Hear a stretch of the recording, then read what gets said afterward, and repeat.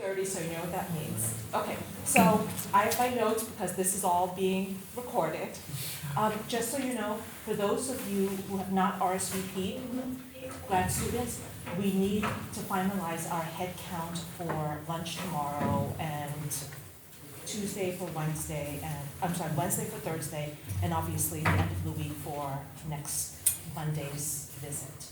Okay, thank you for joining us for our first of 3 political communication job candidate visits. We are having today and tomorrow Dr. Yunkung, who is currently an assistant professor in the Department of Communication and Journalism at Texas A&M University. As Yunkung describes in his letter of interest, his research addresses questions about the disruptive role of media in American politics, including how right-wing media function as political organizations, how right-wing propaganda evolves in response to emerging communication processes, and how propaganda that exploits social differences radicalizes party platforms. His methods are primarily quantitative and computational in nature, and they involve the use of computer vision technologies, natural language processing, survey experiments, and time series analysis. Yunkung earned his bachelor's in English at Nanyang Normal University, his master's in communication at Tsinghua University, and his PhD in communication from the University of Washington. He spent, this wasn't written, very impromptu. He spent 2 years as a postdoctoral research scientist at the Institute for Data, Democracy, and Politics at George Washington University before joining the faculty in 2022 at Texas A&M, where he is also a faculty affiliate with its Data Justice Lab. Yunkung's research is embodied in a dozen articles, 3 book chapters, and a number of white papers, not including this. His English language research has been published in the Journal of Communication, 2 articles there, International Journal of Communication, Information, Communication, and Society, the International Journal of Press Politics, and Political Communication, where he's a member of the editorial board and has served as a guest editor for a special issue on multi-platform research. Journals aside, Yunkung has just published a book with Oxford University Press, which you see up here, titled Weapons of Mass Deception, How Right-Wing Media Wage Information Warfare and Undermine American Democracy. Congratulations, Yunkung, on that. Thank you. His talk this afternoon is based on that book, so please join me in welcoming Dr. Yunkung Yang.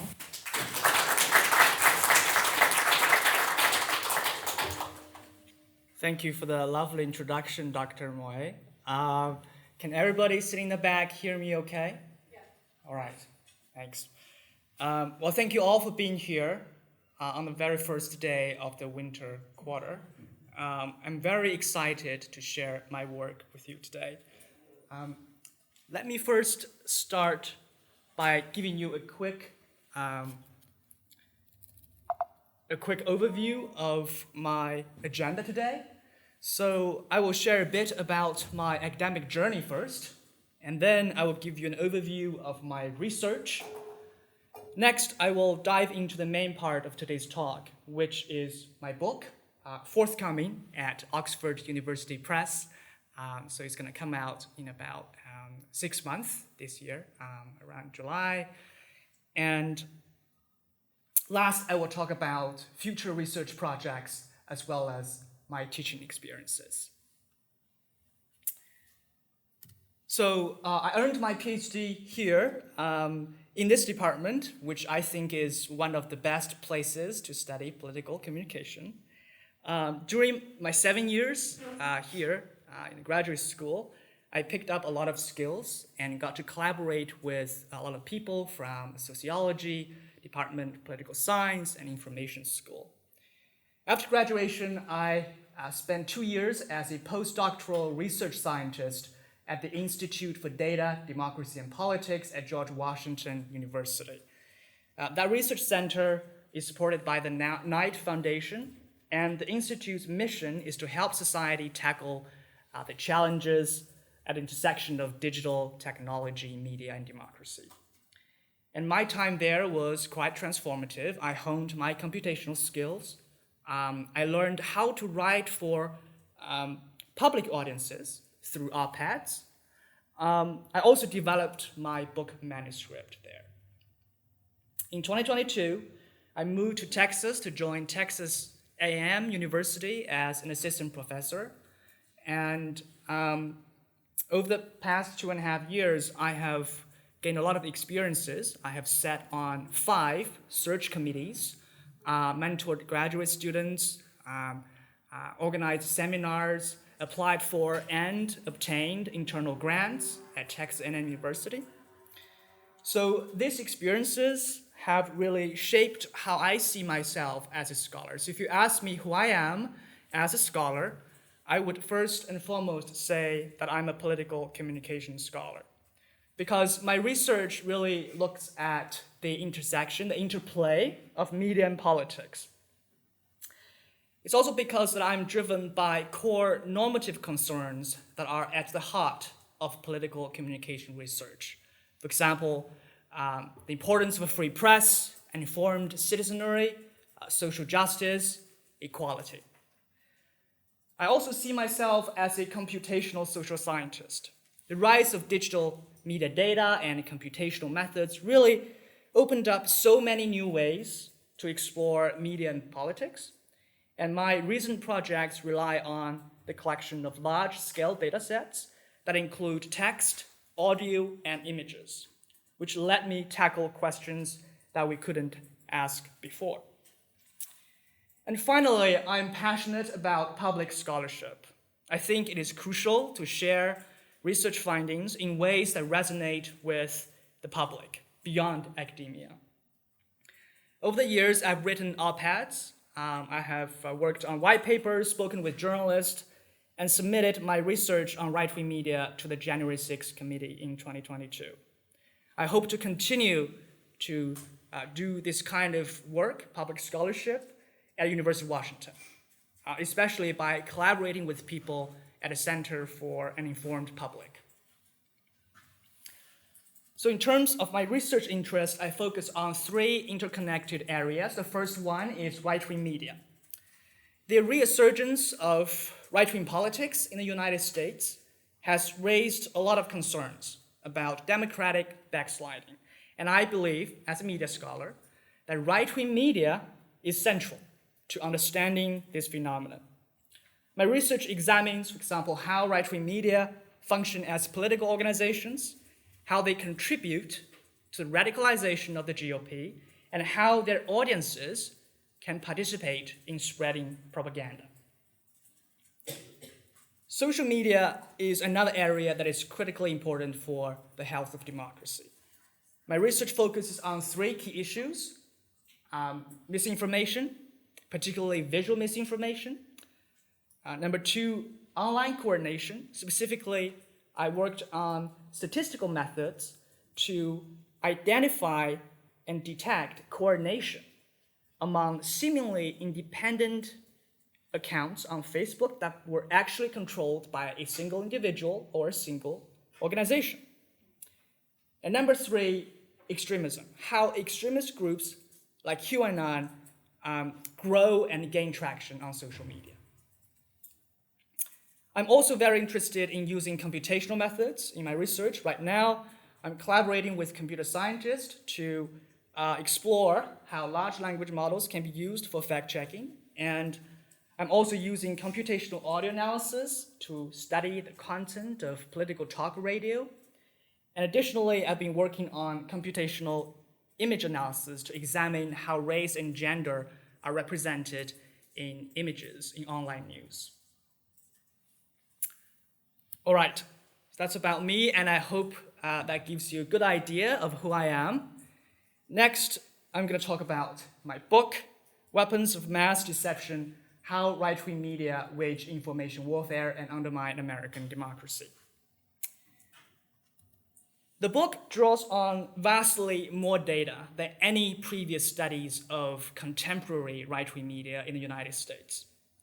It includes the full text of approximately 4 million online stories from 30 largest right-wing TV, print and digital outlets from January 2017 and December 2020.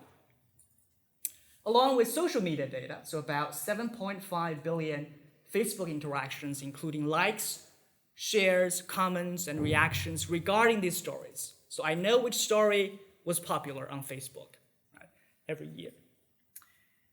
The book couples this large-scale data analysis with a deep dive into public records, including Federal Election Commission filings, legal documents, and LinkedIn profiles of right-wing media employees. I also accessed some private records, including internal emails, text messages, and recorded conversations.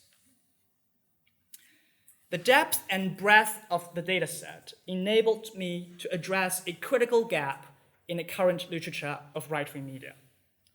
So what do we already know from the current literature? Existing knowledge about right-wing media in the field of political communication generally falls into one of two paradigms. The first is the partisan media paradigm, which characterizes right-wing media as partisan news organizations that put a conservative spin on news. So here, Jameson and colleagues define partisan media as media that is framed, spun, and slanted so that particular agendas are advanced. So the focus of this paradigm is on partisan bias or partisan slant, with much of the research in this paradigm comparing outlets like Fox News to MSNBC and examining selection bias, for example, what kind of stories they report, and framing bias, how they present and frame those stories. This understanding also aligns with how right-wing media themselves sometimes present themselves. So, for instance, in a 2018 interview with the New York Times, Breitbart News chief editor Alex Marlow acknowledged explicitly the bias. Right? He said, "Our bias now comes in story selection. We're not going to cover the Russia scandal as much as we are covering the cartels coming over the border." But I ask, is it only about news with a conservative spin? Today marks the 4 years since the January 6th insurrection. Right? A violent mob attacked the Capitol, attempted to overturn the 2020 election results. The nation narrowly avoided a constitutional crisis because then Vice President Mike Pence, after years of loyalty to Donald Trump, decided to fulfill his constitutional duty and certify the 2020 election. Let's take a look at how some prominent right-wing media outlets covered the January 6th insurrection. On the bottom left, you have InfoWars, and the headline reads, "Watch live, the Republic dies in darkness, Congress certifies fraud election as patriots' blood dries on Capitol floor." The middle one is from the Gateway Pundit, another right-wing media. It reads, "Pence betrayed General Flynn in 2017, and today he betrayed President Trump and America." On the right, you have ONN, One American News Network. So that was the front page story on January the 7th, one day after the insurrection. The headline reads, "OAN call to action, how to donate to lawmakers who stayed true to President Trump." And I clicked that headline. It directed me to a page that includes only 5 hyperlinks. Hyperlinks to the fundraising websites of 5 Republican legislators who just voted to overturn the election. So it was actually not a story. It was a fundraising website. And last but certainly not least, former Fox News host Tucker Carlson promoted this so-called documentary, Patriot Purge, which basically suggested that insurrection was orchestrated by Antifa and the FBI. And President-elect Donald Trump has echoed these false claims and recently promised to pardon January 6th insurrectionists when he returned to office. So, to me, this is not conservative news. This is not news with a conservative slant. Clearly, what we see here goes far beyond partisan bias. While the partisan media paradigm provides valuable insights, it doesn't fully capture the complexity of right-wing media. This brings us to the second paradigm, the commercial propaganda paradigm. In 2018, Yunkung Benkler and his colleagues introduced this idea in their book, Network Propaganda. They identified right-wing media as propaganda outlets, arguing that these outlets spread propaganda because it is profitable. According to this view, right-wing media are simply responding to a market demand for identity-driven narratives. So here is how Yunkung Benkler explains the origins of right-wing propaganda. He says, changes in the political culture created a large new market segment for media that emphasized white Christian identity as a political identity. The old strategy of programming for a population-wide media viewer was displaced by a strategy that provided substantial part of the market uniquely tailored content. So this paradigm highlights the economic incentives behind right-wing media propaganda, and I think it offers useful insights about certain right-wing media outlets, such as Fox News, that is tremendously profitable. But my question is right-wing media primarily or only about making money? So if we move beyond Fox News and examine the financial records of other major right-wing media outlets, it becomes clear that profitability is not the defining characteristic of the right-wing media sector. In fact, many of these outlets have been losing money for years, sometimes even decades. So let me highlight a few examples. The New York Post lost $100 million between 1976 and 1988. National Review, for more than 4 decades, almost 4 decades, made zero money, zero profit.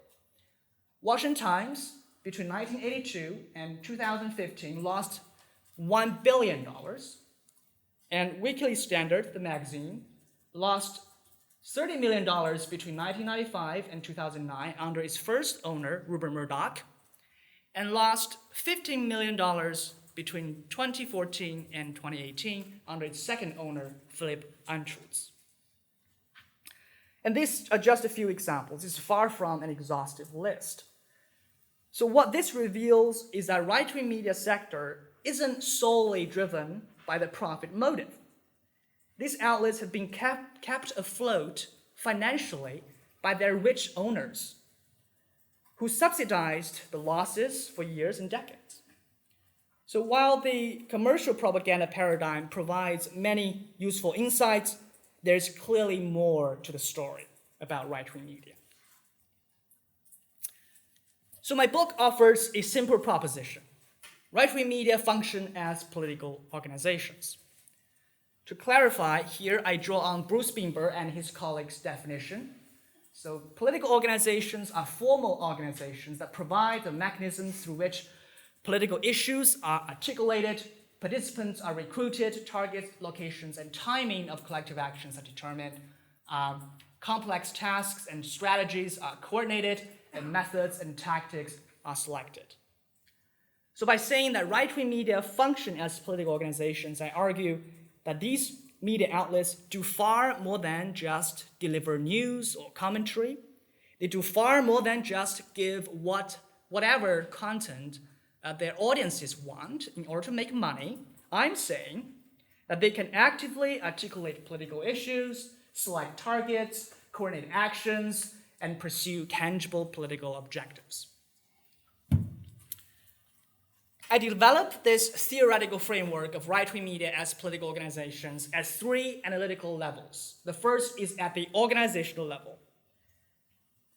At that level, I demonstrate that some right-wing media outlets intentionally operate as political organizations. They engage in political organizing activities, such as fundraising and voter outreach, that goes far beyond the reporting and editorializing that we typically associate with news organizations. Additionally, I will discuss how wealthy owners leverage these outlets to advance their personal ideological agendas. Second, at the content level, I show that even when right-wing media are reporting the news, they frequently disseminate disinformation. So disinformation is intentional falsehoods designed to achieve political objectives. So this disinformation can help GOP politicians achieve political objectives.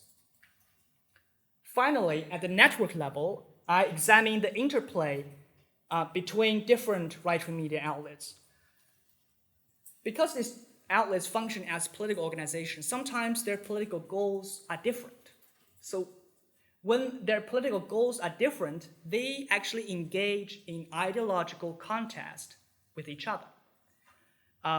However, when their goals align, for example, when they are threatened by an event, external event, they can also cooperate seamlessly, functioning as a unified machine capable of deceiving millions of Americans, just like what we saw in the 2020 election. So let me first start show you the analysis at the organizational level. So in order to understand the political organizing activities that right-wing media engage in, I analyze the disbursement reports from the FEC filings. As required by law, disbursement reports are filed by PACs and super PACs in each election cycle, detailing their expenditures. So here's one example. This is a disbursements report filed by the super PAC called Conservative Trust of America. And the recipient of the money is Newsmax Media. And the purpose of disbursement is digital fundraising. And the amount of money here is $37,344. So this receipt, or the report, provides clear evidence that Newsmax, the right-wing media outlet, was not just covering elections in 2018. It was actively participating in them by performing paid campaign work.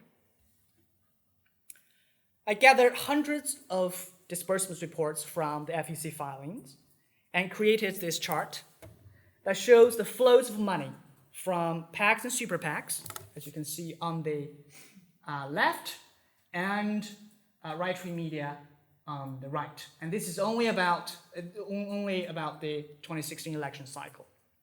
As you can see, major right-wing media outlets such as Newsmax, Daily Caller, The Blaze, Breitbart, Daily Wire, Liftable Media, Washington Times have all received money from these PACs and super PACs for paid campaign work.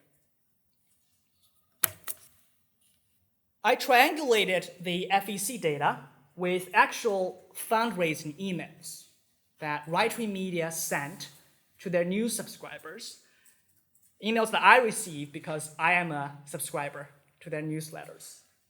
And here are two examples. This is an email sent from Breitbart. So this is a fundraising email on behalf of Jim Jordan, a Republican congressman in the 2020 election cycle. So as you can see, it is asking for money. And this email comes from Daily Caller, another right-wing media, again, a fundraising email sent to its news subscribers. And here it is fundraising on behalf of Lindsey Graham, a Republican senator. So these examples illustrate how right-wing media go beyond reporting the news. They actively engage in political organizing, for example, mobilizing their readers for campaign contributions. The reason why many right-wing media participated in political organizing is because they're designed to do so. This table shows you the funding sources of top 10 right-wing media outlets ranked by aggregated web traffic data between 2018 and 2021 using ComScore's data. So as you can see, almost every major right-wing media outlet, with the exception of Fox News at the top, received donations from rich individuals and families, Philip Antrus, Koch brothers, Song Moon, the Mercer family, etc., who have clear ideological agendas. And I call this privatized political patronage. So this privatized political patronage of right-wing media means that owners have covered the financial losses for years, and the reason why they were willing to do so, right, is because the owners of right-wing media can use the media outlets as a tool to pursue their personal ideological agendas. So how did the owners of right-wing media, for example, the Murdochs of Fox News and the Mercer family of Breitbart News, exert their influence? In my book, I talk about top-down control and anticipated compliance. So let me start with top-down control and give you some examples. According to Kurt Badella, who worked at Breitbart and then left, all the stories on Breitbart's homepage were personally dictated by its CEO Steve Bannon in the 2016 election cycle. And likewise, the investigative journalist Jane Mayer's work revealed that Breitbart's financier and owner, Rebecca Mercer, was highly involved in the editorial process. She suggested areas of coverage, she read every story, and even called editors to correct typos. This top-down management style at Breitbart ensured that Breitbart stories served Steve Bannon and Rebecca Mercer's foremost political agenda, which is to replace establishment Republicans with hardliners on immigration. Likewise, employees of Fox News also followed direct orders coming from the Murdochs. Rupert Murdoch and his son Lachlan Murdoch. According to testimonies and depositions, the Murdochs routinely intervened in the editorial process to shape decisions on a lot of issues, such as which stories to cover, how to cover them, which guests to invite on air, what kind of question they want to ask. So Lachlan Murdoch regularly communicated with its Fox CEO, Suzanne Scott, during the 2020 election. He spoke to Scott every day and attended Fox 2 daily editorial calls. His directives to Suzanne Scott included adopting a celebrative tone in the coverage of Trump's rallies, suggesting lead stories for Fox website, proposing stories for Fox streaming platform Fox Nations, and even shortening the ticker at the bottom of Fox screen. And according to depositions, Lachlan Murdoch stated that he could not recall a single instance when Fox News did not follow his suggestions. The owner of right-wing media can also exert their influence through anticipated compliance. This is especially true for Rupert Murdoch, who managed multiple media outlets in the United States, the UK, and Australia. According to media scholar David McKnight, Rupert Murdoch hired editors who were, quote, on the same wavelength as him, end quote, about politics. These editors, as News Corporation former executive Bruce Dover characterized, often try to please Rupert Murdoch. David Yelland, an editor of The Sun magazine, told McKnight that most editors do not need to receive specific instructions on how to cover every story because they habitually think about Rupert Murdoch's personal preferences when they react to news events. The Weekly Standard magazine is one example of how a Murdoch-owned media outlet can independently promote specific ideological agendas that align with those of its owner. In the early 1990s, Rupert Murdoch began to associate himself with neoconservatives, and he invested $3 million into this magazine, The Weekly Standard. He hired Bill Kristol, a well-known neoconservative, as its chief editor. Since its founding, editors at The Weekly Standard had been given significant editorial freedom. The magazine became the incubator and champion of America's war in Iraq, a cause that Rupert Murdoch himself cared deeply about. However, the owner can also shut down the media outlet. if he or she can no longer anticipate compliance. When the billionaire Philip Anschutz first bought the Weekly Standard from Rupert Murdoch, the magazine was losing at least $1 million every year. But that did not bother Anschutz because he said he liked the influence of the Weekly Standard. However, since Trump began his 2016 campaign, Weekly Standard became the epicenter of the Never Trump movement. When its chief editor, Bill Kristol, attempted to find a challenger to Trump in the 2016 election, Anschutz was upset. He sent his executive to tell Bill Kristol that this wasn't what Phil Anschutz wanted from the magazine. So in other words, Anschutz did not intend to lose millions of dollars every year only to support a beachhead of the anti-Trump movement when the political tide had already clearly shifted in favor of Donald Trump. Although Weekly Standard's readership did not experience a significant decline, the Weekly Standard lost its political usefulness for its owner, Anschutz. In December 2018, Anschutz shut down the magazine. So I've talked about the organizational level. What about content? I collected 4 million stories in total produced by 30 right-wing media outlets between 2017 and 2020, and I was interested in knowing what kind of content garnered most user engagement. So for every media outlet, and each week, I ranked articles in terms of their user engagement on Facebook, and I select top articles that account for 80% of total engagement. And then I combine all of this into a high engagement content corpus, which consists of about 265,000 articles.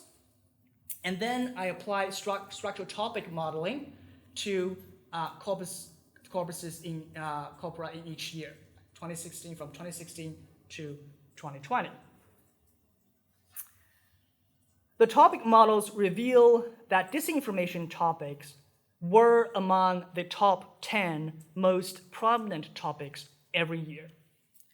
So for the year 2017, one of the top 10 topics was the Obama wiretap Trump Tower story, which promoted the misleading claim that Barack Obama secretly wiretapped Trump's phone at Trump's tower during the 2016 campaign. In 2018, it was the Nunes memo. So the former Congressman Devin Nunes wrote a memo that suggested in a very misleading way that the FBI sought a court warrant to spy on Trump's former advisor Carter Page as part of a politically motivated conspiracy. In 2019, one of the top stories was the Biden and Ukraine conspiracy theory, which falsely claimed that Joe Biden engaged in corrupt activities to protect his son's interests in the Ukraine energy company Burisma. And in 2020, one of the top 10 topics were hydroxychloroquine and COVID-19, which falsely claimed that the anti-malaria drug hydroxychloroquine can effectively treat COVID-19.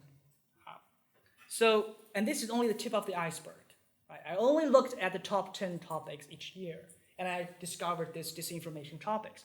And please note that these are the topics from high engagement articles, right?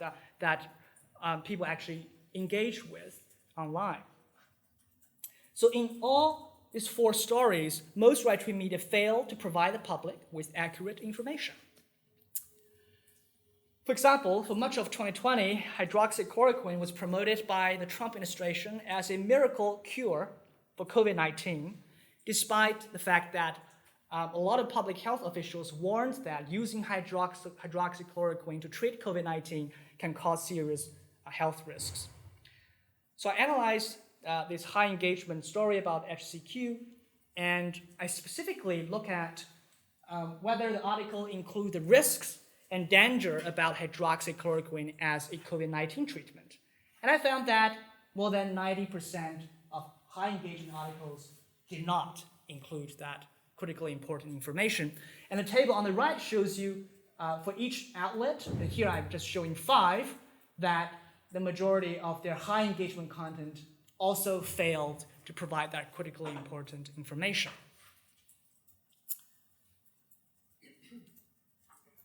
So, how do right-wing media spread disinformation? In my book, I talk about 4 ways, and using hydroxychloroquine as a case. So the first is flood the zone. So here is one example from WMD, right-wing media. So the headline reads, "Doctor, I treated 350 coronavirus patients with 100% success using hydroxychloroquine."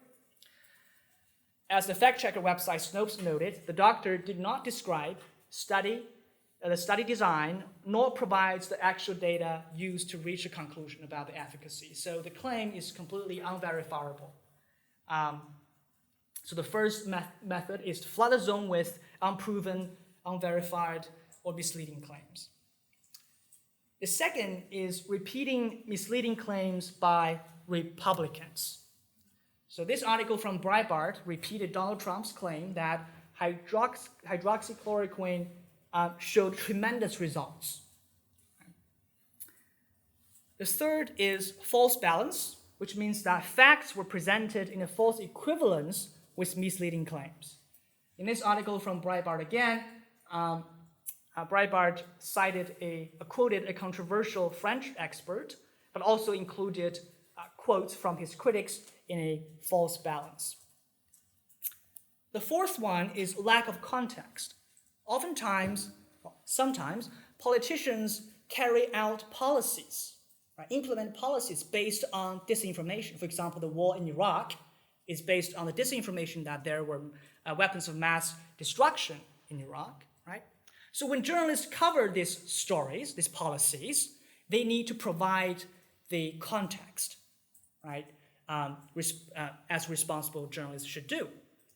But oftentimes, when right-wing media cover these stories, they often fail to provide that crucial context. For example, here this is from Daily Wire, and in the case of hydroxychloroquine, Trump's administration, FDA, issued emergency use of authorization of the drug to treat coronavirus. So Daily Wire just covered that story without providing the necessary context to understand where this policy is coming from, what information is this policy based on. So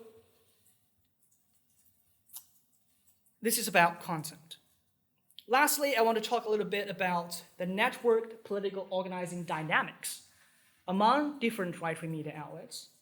The first one is called ideologically contested political organizing, which means that right-wing media as political organizations can pursue different political goals and therefore can engage in ideological contest with each other. And you can see that dynamic play out when they support different political candidates in GOP primaries, and when, for example, they support different policies. So I talk about that extensively in my book. However, when an external event threatens the common interest on the political right, for example, when Donald Trump is in trouble,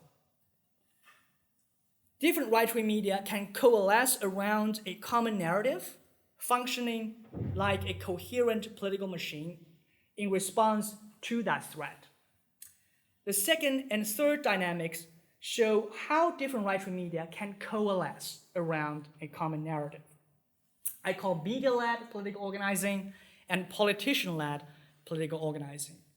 In the book, I use 3 case studies to illustrate these 3 different network political organizing dynamics. And today, because of limited time, I will only talk about this media-led political organizing in one case study. So let me take you back to 2017. On May the 9th, 2017, Trump fired the FBI director, James Comey, who was investigating the link between Trump and Russia. This raised the question of whether Trump's firing of the FBI director constitutes an obstruction of justice and prompted the FBI to open a counterintelligence inquiry into whether Trump was secretly working on behalf of Russia. Meanwhile, more than 100 lawmakers on Capitol Hill called for an independent special counsel, Robert Mueller, to oversee the Russia probe.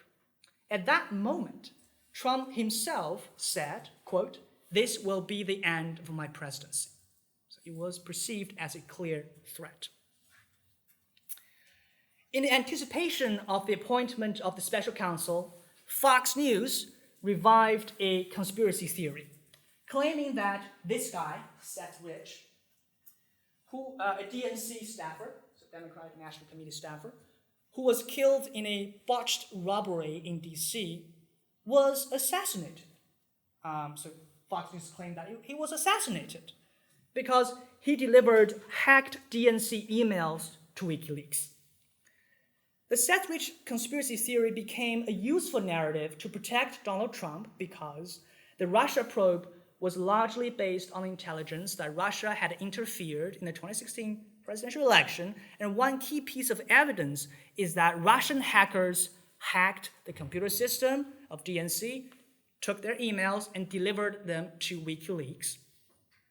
However, if the DNC emails were delivered to WikiLeaks by Seth Rich, rather than the Russian hackers, then this evidence of Russian interference would be disproved. So before the publication of this disinformation story, an email sent to Fox News producers and hosts stated that, quote, "One of the big conclusions we need to draw from this is that the Russians did not hack our computer system and steal emails, and there was no collusion between Trump and the Russians." So based on this internal email, it's clear that this story is a politically motivated disinformation story. So how did right-wing media react to that story? After Fox published disinformation story, most right-wing media repeated and echoed the false claims. So I have like 5 right-wing media here that ignored the story, but most right-wing media outlets in my sample echoed and repeated the false claims. And this is the hyperlink network. As you can see, Fox 5 DC, which is a local affiliate of Fox in DC, and Fox News were at the center of this network, commanding the attention of the right-wing media sphere. So this case shows that when there is an external threat, external event that threatens the common interest on the political right, in this case, Trump's presidency, right-wing media can follow the lead of a leading media outlet that commands attention, which is Fox News, and function as a coherent propaganda machine. My book's thesis that right-wing media function as political organizations has 2 implications. The first implication is that we should move beyond the partisan media paradigm. In the past, a lot of scholars in the field of political communication treated Fox as the right-wing counterpart of MSNBC. And I hope that my book can convince them that Fox News and many other right-wing media outlets are different. Many of them don't have an independent editorial process, and many of them participated in a wide range of political organizing activities that extend beyond reporting and editorializing. Right? So I hope that the field can move beyond this false equivalence. My book also raises serious concerns about the influence of a small group of rich ideologues. A billionaire-owned media organization is not subject to any forms of democratic accountability. In addition, it is not even very susceptible to market pressures because the billionaire owners, they can, as they have done before, they can cover the financial losses. And the billionaires have significant freedom to dictate the outlet's editorial stances and issue positions, irrespective of whether this issue stands and positions align with the will or interest of the most Americans. On a host of issues such as climate change and abortion, billionaire-owned right-wing media have consistently advocated extreme positions that diverge significantly from the views held by most Americans.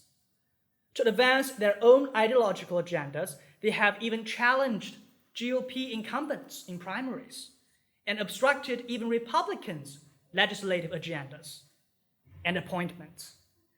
So much as right-wing media can echo and repeat Republican talking points, they have also increasingly captured and radicalized the Republican Party, pressuring Republicans to adopt their agendas and messaging. This form of privatized political patronage exacerbates minority rule, where rich ideologues hold tremendous power to shape voters' perceptions of reality. In 2024, Donald Trump won the presidential election again, and aided by Elon Musk, the richest man in the world, who owns the social media platform X and has openly floated the idea that he might purchase MSNBC. The alliance between right-wing media oligarchs and authoritarian political figures is a deeply troubling trend. It portends a future in which media enterprises are increasingly captured by wealthy ideologues, pushing America towards an illiberal democracy, much like Hungary, where Prime Minister Viktor Orban and his political allies purchased commercial radio and TV stations and turned them into pro-government platforms. So understanding right-wing media as political organizations, along with the system of privatized political patronage that sustains them, is essential to address this pressing challenge. Without structural reforms to ensure media accountability and limit the concentration of ownership, the United States risks sliding further into a system where democracy exists in name only, with only a select few very rich people controlling both the political narrative and the levers of power. So that's about my book. Before I end today's talk, I would like to talk a little bit about my future research projects and my teaching experiences. My future research projects fall into one of these two areas. The first is right-wing media and politics. So I want to continue this line of research on right-wing media and politics. Currently, I'm working on a project with Yuan Xiao on exploring the participatory aspect of right-wing propaganda. So exploring how right-wing media audiences can co-produce and spread propaganda online. So in that paper, we scraped all the comments from the top 1,000 most popular Breitbart news articles and analyzed its content and designed a survey experiment to test the effect of reading a Breitbart article plus the top comment thread on audience beliefs and behavior. The second paper explores how right-wing media contributes to radicalization of the GOP. My co-authors Kurt Knuffer and Mike Coburn and I examine the case of critical race theory, the discourses about critical race theory. And we found that the spread of the discourse around critical race theory is largely driven by a faction within the GOP that is deeply engaged in networking with right-wing media. For example, they tweeted right-wing media content and links much more often than their colleagues in the GOP. In the future, I also plan to focus more on understanding talk radio, podcast, and online imagery. At Texas A&M University, I put together a team of computer scientists and communication scholars to study misinformation in right-wing talk radio shows in 2020 election.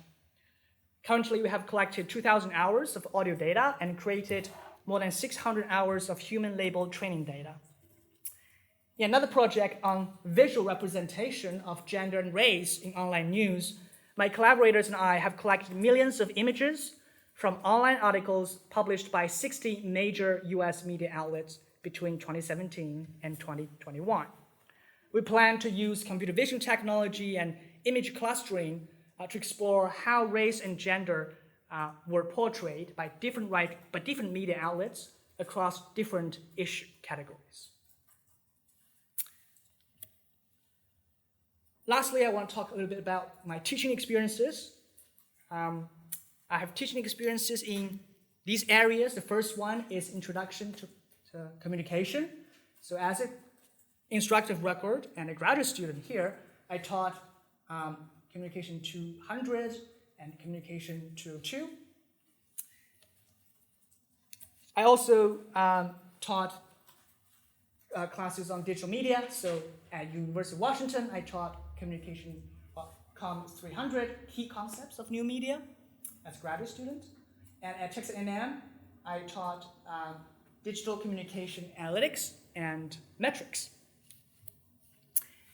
I've also taught classes on research methods. So at University of Washington, I taught this undergraduate class, Social Scientific Approaches to Communication Research. And at Texas A&M, I taught this grad seminar, Computational Methods in Communication Research.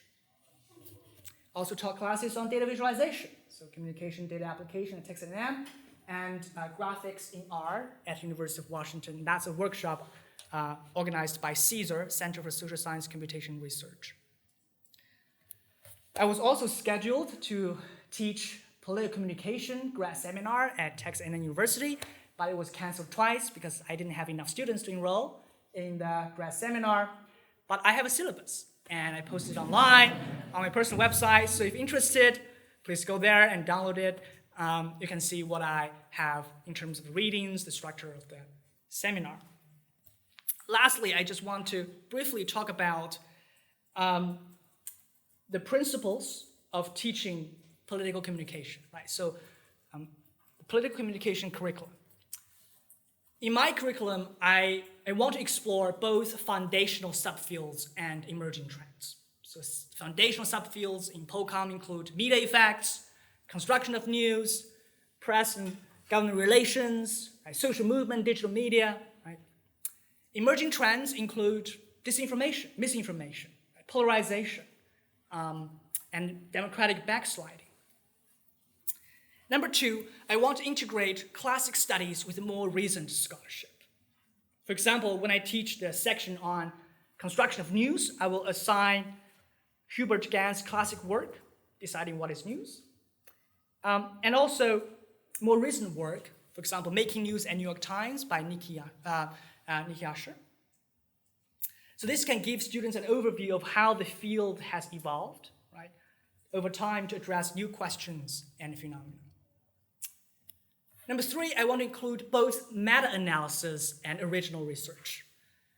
I think meta-analysis can really be helpful because it helps synthesize different studies, right, across research literature, and helps students make sense of the whole from different moving parts.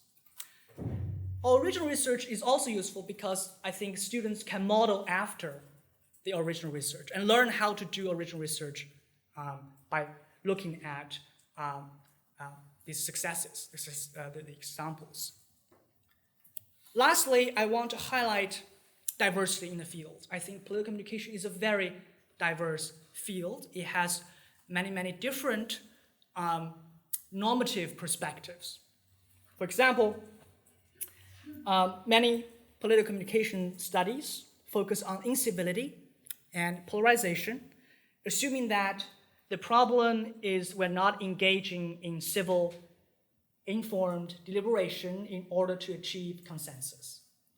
So this rational deliberation approach should not be the only perspective in my class.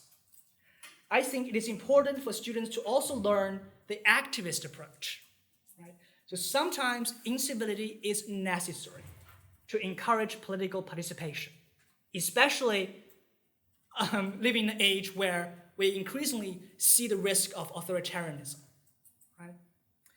And also polarization is sometimes necessary for marginalized social groups to push for greater equality. Because when marginalized social groups push for greater social progress and equality, sometimes they will invite pushbacks from dominant social groups, which will inevitably create polarization. But sometimes polarization is necessary if we want to push for more social progress and greater equality. So that's all for my talk. Thank you so much.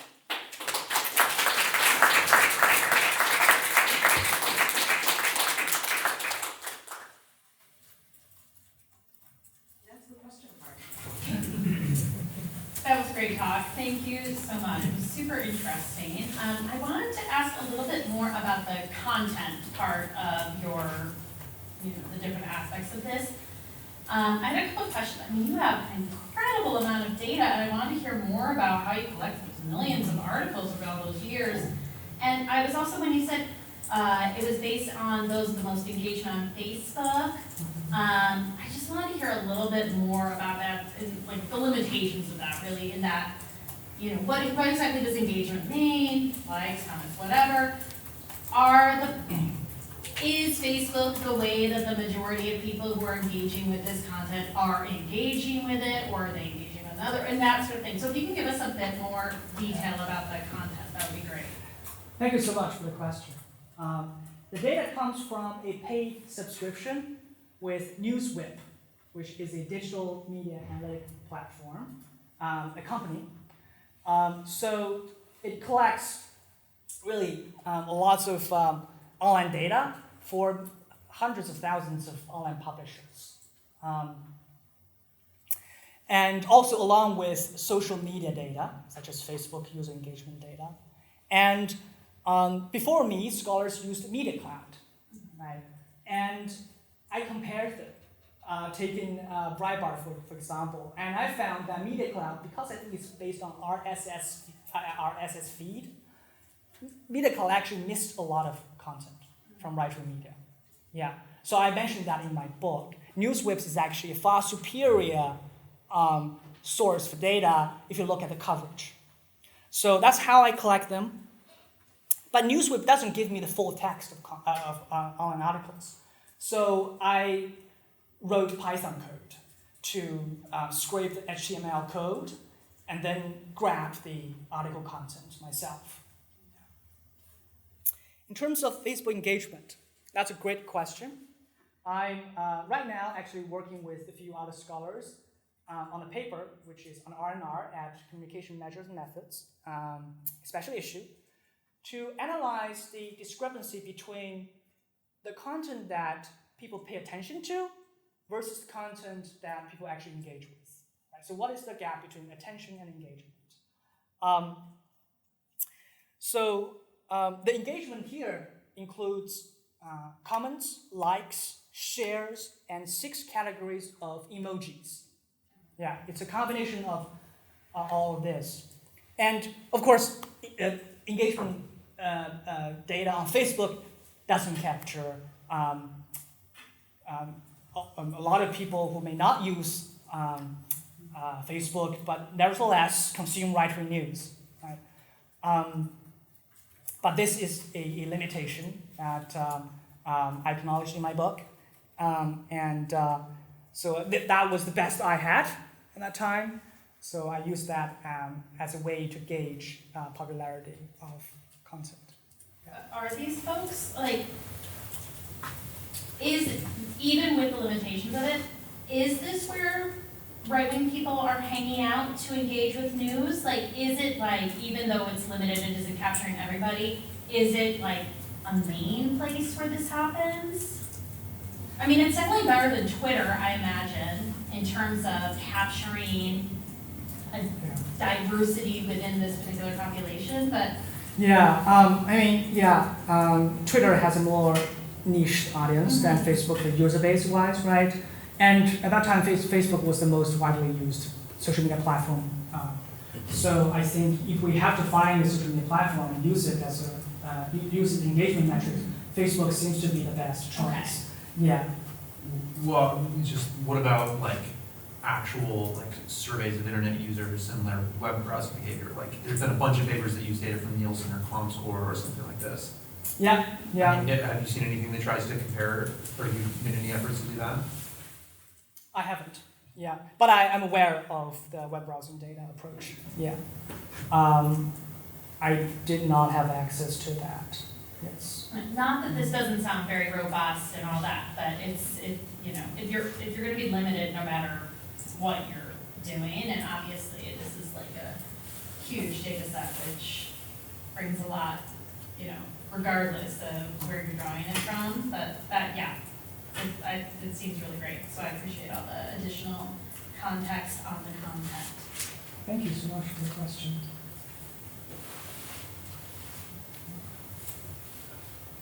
You go ahead.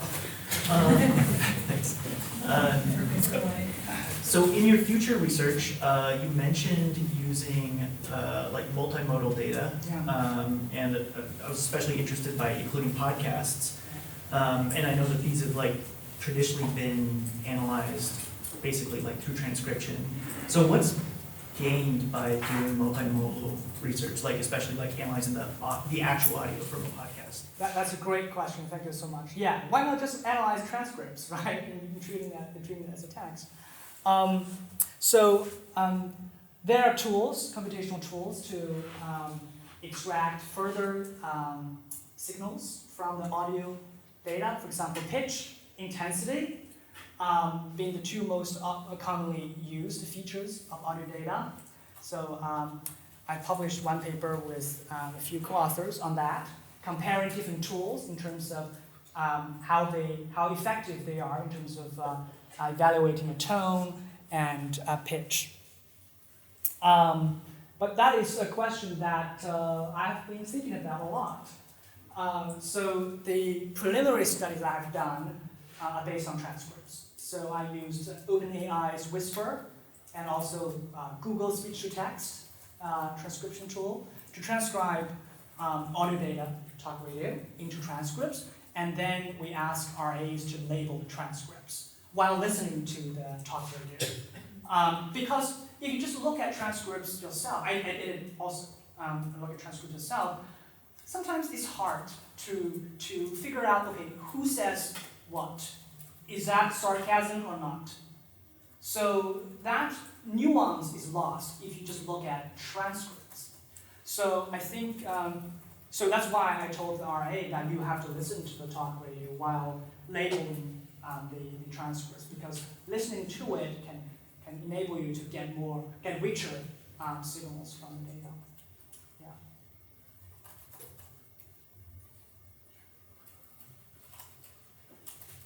Can I? Yeah, absolutely. Okay.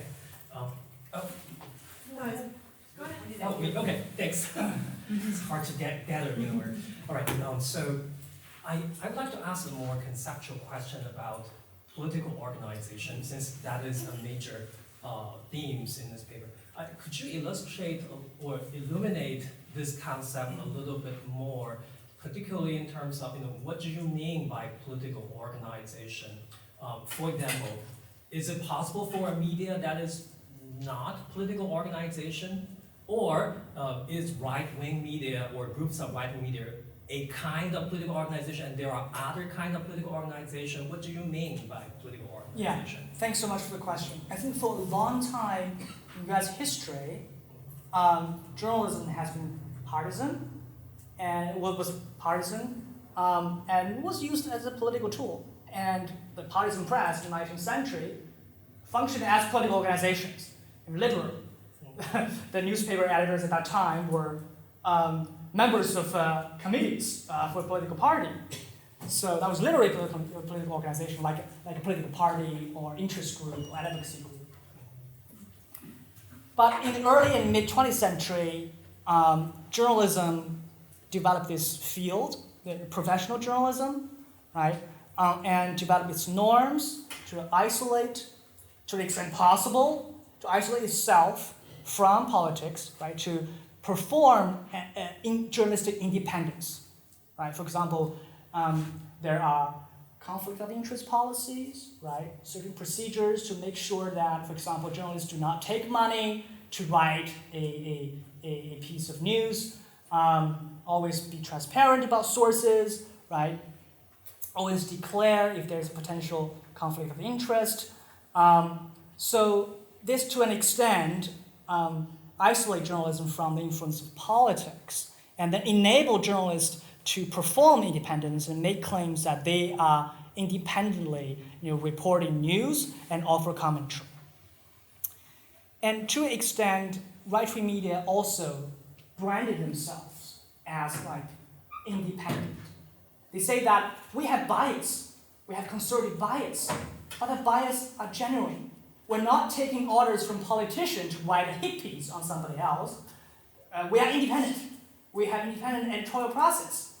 But this is what they said. If you look at what they did at critical moments, right, during elections, they took orders from their owners. They did what their political allies wanted them to do. For example, Breitbart wrote a lot of hit pieces on Marco Rubio, a Republican presidential candidate in the 2016 campaign, because he was Donald Trump's opponent at that time, right? So Breitbart was functioning as a political organization attacking a Republican in order to elect Donald Trump. So you also mentioned other types of political organizations, so traditionally like political parties, social movement organizations, interest groups, and I think what they have in common is that, is basically what Bruce Greenberg and his colleagues said in the definition, right? They coordinate strategies, they mobilize resources, they achieve political goals, and so this is why they are all political organizations. And of course, how they achieve their goals, right? What goals they have, what are their strategies could be different, right? For political parties, the strategy is to win elections, right? The goal is to win the election, and the strategy is to engage in campaigns, right? For social movement organizations, the goal is to raise social awareness about certain issues, right? And the way they do it is to, protest, sit in, and go on strikes, right? For interest groups, their activities are more about lobbying, right? And the goal is to change policy, mostly. So the goals and strategies could be different, but they all do this kind of thing. So that's why they're political organizations. Yeah, thanks. What do you make of the fact that so-called left-wing media is pursuing some of these same goals, right? I mean, we see with the Washington Post and the LA Times both refusing to endorse Harris at the request of their multi-billion-dollar owners.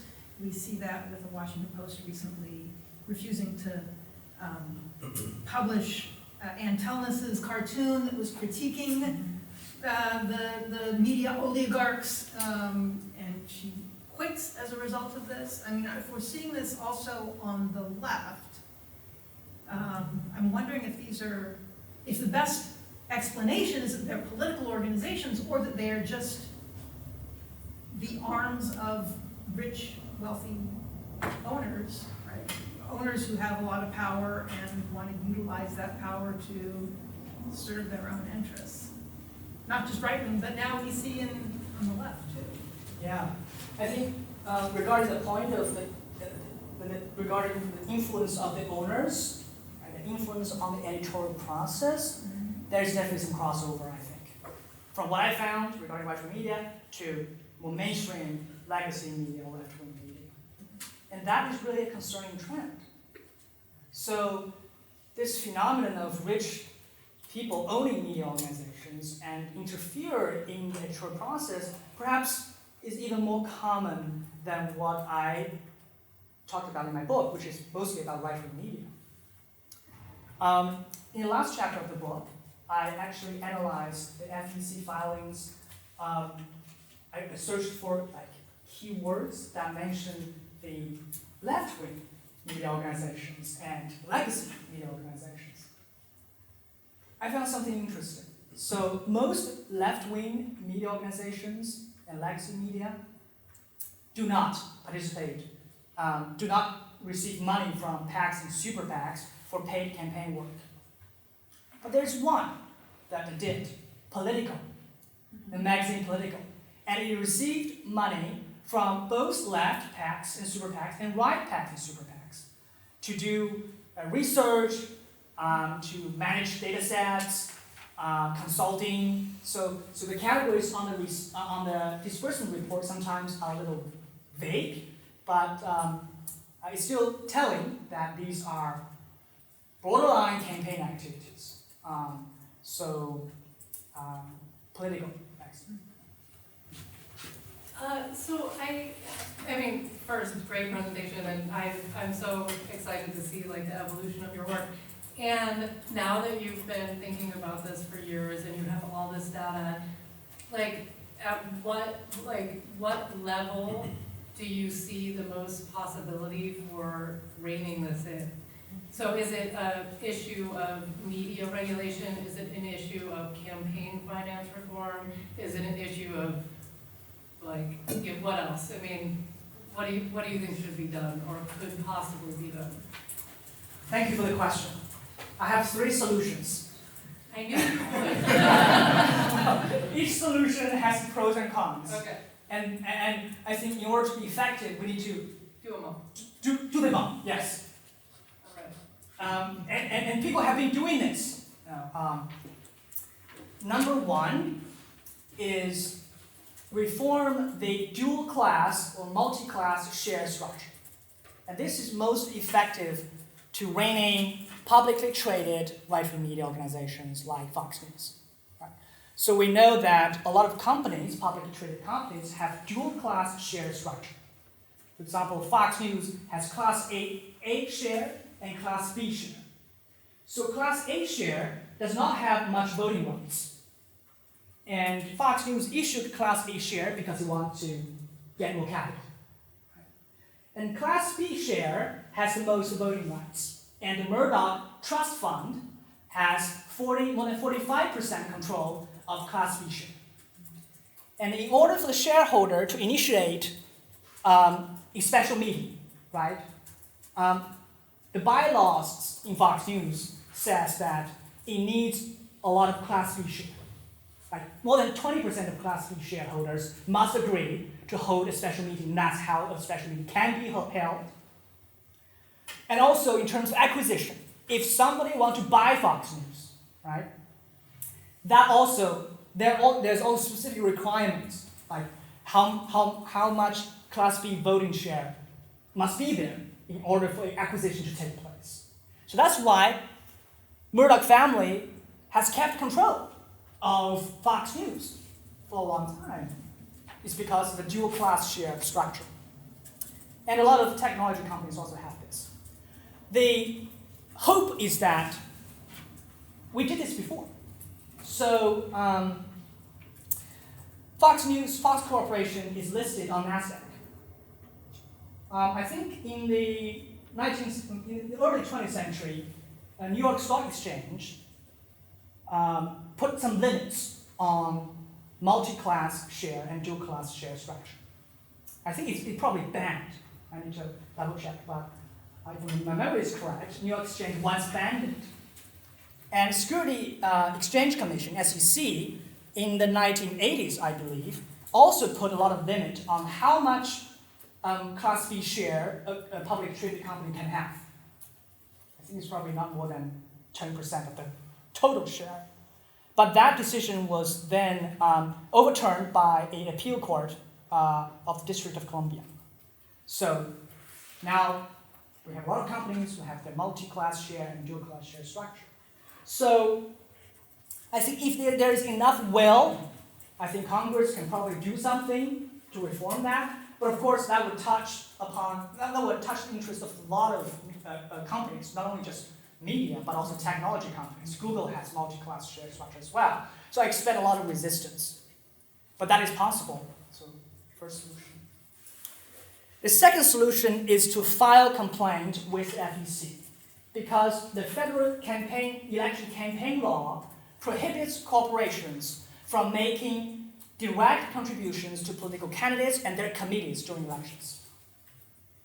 But there is a media exempt clause which says that because of the First Amendment, media organizations, corporations, can freely publish news and comments without being classified as campaign contributions. Right? If the media organization decides to endorse a candidate, it should not be considered as a campaign, as an in-kind contribution. Right? However, what Fox News did in the 2020 election, and this is all disclosed because of the Dominion voting system versus Fox News defamation lawsuit through the discovery process we learned a lot. One interesting thing is that Rupert Murdoch learned what the Biden campaign ad. So the Biden campaign bought some time for airing ad on Fox News. And before the ad was aired, Rupert Murdoch sent the ad to Trump campaign, to Jared Kushner, Trump's son-in-law. And Kushner looked at Biden's ad and then created their own ad for the Trump campaign, right? So this is really problematic because media organizations are not supposed to do that, right? And so a NGO filed a complaint with the FEC saying that this constitutes an in-kind contribution. And this is not protected by the media exempt clause in the federal election campaign laws. The General Counsel of the FEC actually agreed with the complaint, but the chairman of the FEC eventually decided to dismiss it, saying that showing the ad in advance to a political opponent is not considered as in-kind contribution because it's not something of great value, because they argued that the ad is not very innovative. Trump campaign sort of already know that. So that's one example. Another example is catch and kill. Right? So the tabloid, right, National Enquirer, bought a story in order to bury it. Right? So to help Trump avoid the scandal, right, sleeping with a porn star, Stormy Daniels, during the 2016 campaign. So that is clearly not it's not about publishing news or commentary, right? So it should not be protected by the media exempt clause in the federal election campaign laws. So Media Matters, which is an NGO, filed a complaint with FEC. That complaint was delayed for 2 years under the Trump administration, FEC. And then Media Matters sued FEC for its inaction. Right?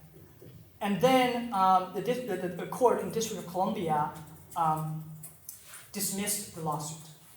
So the complaint didn't go anywhere. But there are still tools. So I think we can still do something if what right-wing media did constitute in-kind, unpaid contribution. But if it's paid, like what I showed here, then you cannot use this tool because it's paid. So that's the second solution. The third solution is defamation lawsuits. But this tool needs to be used very, very carefully. And it has very limited use because it's most successful when the targets of defamation are private citizens or companies, private companies, right? Like what the Dominion voting machine system did, right? In defamation lawsuit against Fox News, and there are also 2 election workers in Georgia that sued Newsmax. But this again also has very limited use. So 3 potential solutions. Yeah, that's what I think for now. All of this going on with these agencies that are really controlled by the Republican Party, of course, to do these reforms. Let me ask you a question on this. I'm old school. I worked in journalism, was a political reporter for a long time, and worked under the old legacy model of balanced news. And journalists in those days, at least at the major, what we call mainline newspapers like the Seattle Times, believed that and going back to Benjamin Franklin, you get the best information to the public by balancing the news, like this viewpoint happened, that viewpoint happened, and then you let the public decide. A major feature of a lot of the things that you said, well known to people, didn't show a major influence in the campaign. People seem to be mostly concerned with inflation and various things like that. The kinds of materials, although it's very sophisticated and very deep, really isn't revealing anything that the public really hasn't known quite explicitly. And there was no campaigning on it. There was no efforts to influence a campaign. What did the campaign use its efforts on in the Trump campaign? To go after and air this ad attacking transgender community. That seemed to have a big impact on the election. A lot of these things are a field of research, and research is supposed to be something different than journalism. Do you believe that it's helpful to the research community, particularly in public institutions like Texas A&M, which would be very different? There may be a reason why you didn't get any students in your classes there. They'd probably look at some of these things as structurally biased. And the University of Washington, where you're becoming the most liberal state, voted really very much against it. Should people in the research community, particularly doing quantitative research, have structures of studies that look like they're balanced? And the comments about the left-wing media. There are no ads in the Seattle Times anymore. They're mostly funded by foundations who basically get them to do projects that fulfill the agenda of those foundations. But they're liberal foundations. Is that not worthy of also having in your book? Or are you leaving yourself open for the people who are going to attack the university system? As I said, that isn't research. That's just people reinforcing a whole bunch of already stipulated biased theories about conservative media. And if you gave this talk and did it without, and only looked at the left-wing media, we might not be here giving a conversation to this particular university, because people here start off with supposedly objective research frameworks, but the language that you use just in the cover of your book is basically saying this comes from a particular political perspective. So do you think researchers should do that? Or should they follow the old model of having balance in what they look at? Look at maybe the left-wing media and the right-wing media together. Yeah, thanks for the question. I think it depends. Balance sometimes can be problematic. For example, in the area of climate change reporting, when there is more than 90% or 95, 99% of consensus among scientists that climate change is real, and on the other side, you have money interests pushing climate denialism, right? To do that kind of balance in news reporting, right? Giving 50% of space to climate scientists' consensus, and then 50% of space to climate denialism. I didn't say 50%. I said both sides. Doesn't have to be 50%. Yeah, that. I think it's worth mentioning, but I think it's important for journalists to provide the context, right? So where does climate denialism come from? Who is pushing it? Who funds this kind of research on climate denialism, right? And also provide context for the scientific community, right? The consensus, like how did scientists reach the consensus, right? How did they address the criticisms?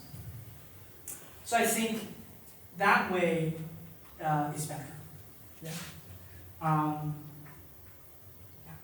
Well, you're saying partisanship and polemics and people becoming polarized can be a good thing for people, and siding with people, community organizing groups, various political groups can be a good thing? You mean doing polarization? In the news, the things that create, should people be supporting groups in the community that have clear agendas? And should those be treated as being neutral? Yeah, that's a great question. I'm not against the idea that certain groups have clear agendas and then they want to push for it, right? I think we live in a liberal democracy and people should feel free to do that. And a lot of this, is about, for example, left groups on the left, right?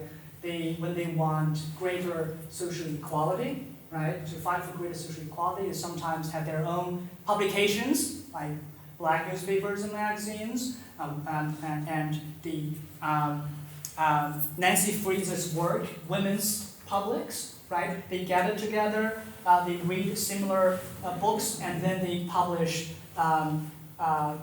magazines with their own agendas, right? And I think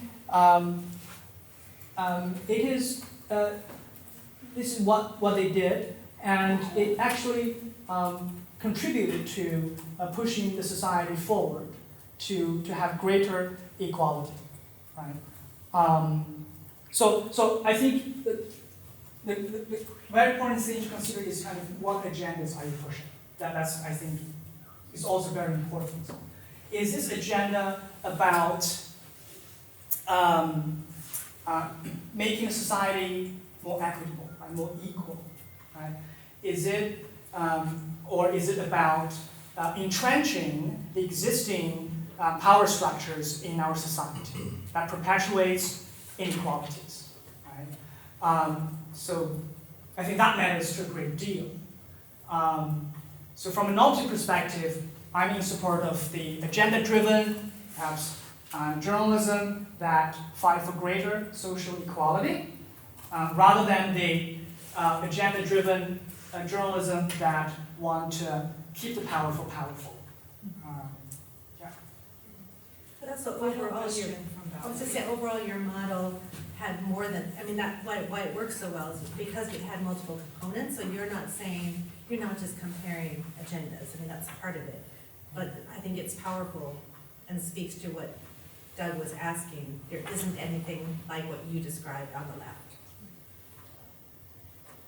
Is that what you're saying? I mean, my question was really about like, I mean, I have a sort of related question about your punchline slide had like MSNBC and like Fox News, right? Yeah. But you didn't study MSNBC, right? Like, and so this is sort of like a little bit connected to Leah's question about like sort of like what's your basis for that comparison, right? Like, is the answer that there's been lots of work about, like, we know lots about MSNBC and how it works, right? Yeah.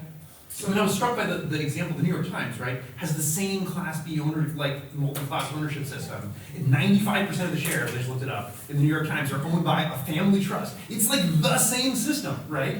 So I guess the question is like your punchline is the comparison between these two. Where does the data come from that other one? Why do you think that's? So I did FEC filings search. I searched for MSNBC, along with other left-wing publications and mainstream media.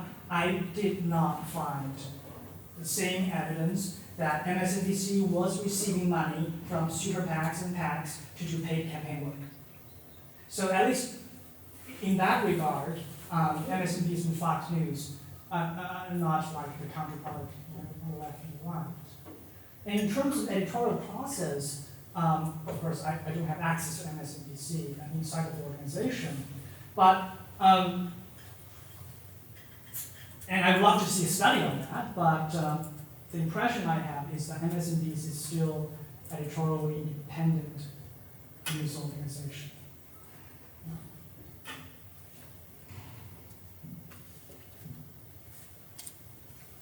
And as the clock turns to 5 o'clock, let us thank Dr. Yunkung